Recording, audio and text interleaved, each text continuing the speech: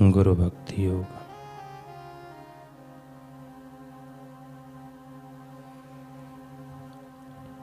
आत्म साक्षात्कारी गुरु इस जमाने में सचमुच बहुत दुर्लभ है। सचमुच आध्यात्मिक विकास कर लेने वाले व्यक्ति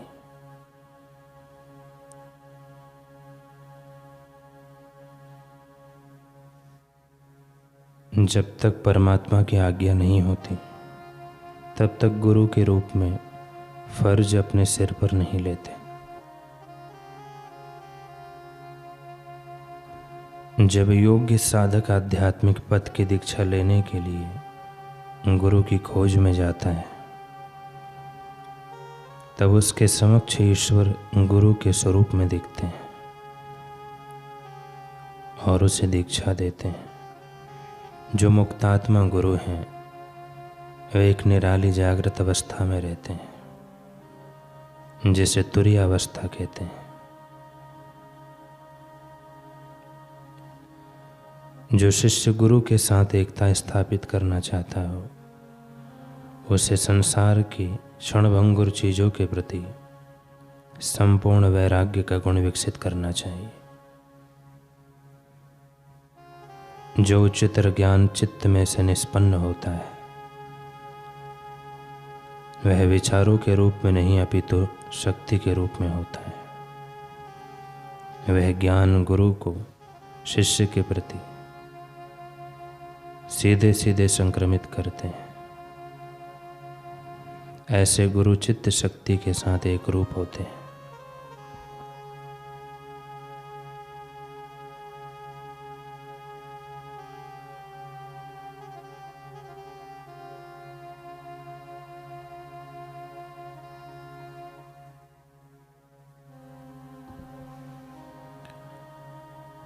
सद्गुरु महिमा पूज्य बापू जी बता रहे हैं कि गुरु बिन भव निधि तरे न कोई, जो बिरंच शंकर सम होई।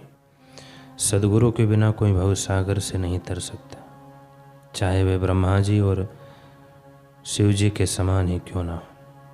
सद्गुरु हमें वह ज्ञान देते हैं जिससे हम जन्म मरण के दुखों से सदा के लिए छूट जाते हैं और परम सुख परम शांति प्राप्त कर लेते हैं। सद्गुरु के बिना परमात्मा ज्ञान नहीं हो सकता।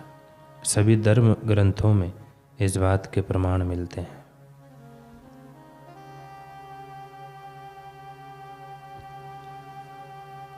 रूमी और शम्स तबरेज ने तो बार बार कहा है कि अंतर में जाने के इच्छुक जिज्ञासु को कामिल मुर्शिद रूपी मार्गदर्शक के बिना एक कदम भी नहीं उठाना चाहिए। जैन धर्म में सद्गुरु की पूजा की महिमा का वर्णन आता है। वेद शास्त्रों तथा पुराणों ने भी सद्गुरु की महिमा गाई है।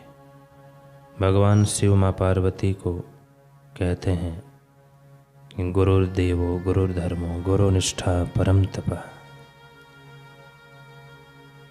गुरु ही देव है, गुरु ही धर्म है, गुरु में निष्ठा ही परम तप है। गुरु से अधिक और कुछ भी नहीं। हे पार्वती, यह मैं 3 बार कहता हूँ। गुरु महिमा को अनेक ऋषि मुनियों ने गाया है, गा रहे हैं और गाते ही रहेंगे। फिर भी सद्गुरु की महिमा का कोई अंत नहीं, कोई पार नहीं।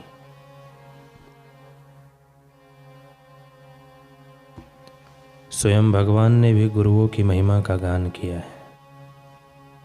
भगवान श्री राम और श्री कृष्ण भी जब मनुष्य रूप धारण करके पृथ्वी पर अवतरित हुए तब वे भी आत्म तत्व का ज्ञान पाने के लिए श्री वशिष्ठ मुनि एवं सांदीपनि मुनि जैसे आत्मानुभव से तृप्त गुरुओं के द्वार पर गए थे।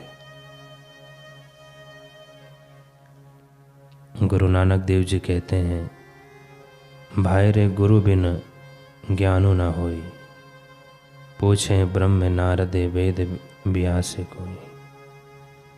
हे भाई, गुरु के बिना ज्ञान नहीं होता। चाहे तो ब्रह्मा जी, नारद जी और वेद व्यास जी से भी पूछ लो।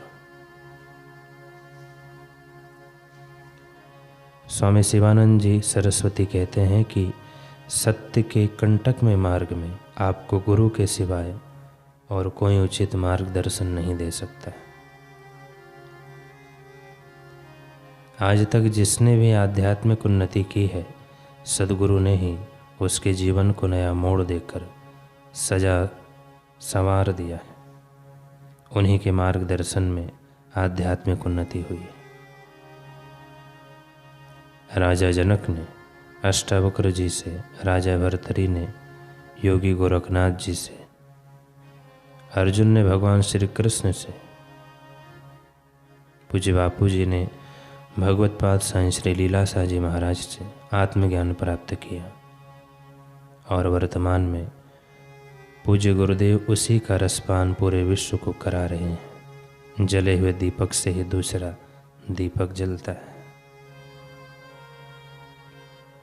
यह संसार एक तूफानी सागर है, इसमें गुरु ही जहाज हैं और गुरु ही जहाज के कप्तान भी हैं। गुरु के बिना कोई भव सागर को पार नहीं कर सकता। उनकी कृपा के द्वारा ही हम परमात्मा से मिल सकते हैं। वेदों, उपनिषदों, गीता आदि में भी तो बड़े सबल शब्दों में गुरु की आवश्यकता पर जोर दिया गया है। गुरु के बिना धर्म ग्रंथों के उपदेश भी समझ में नहीं आ सकते।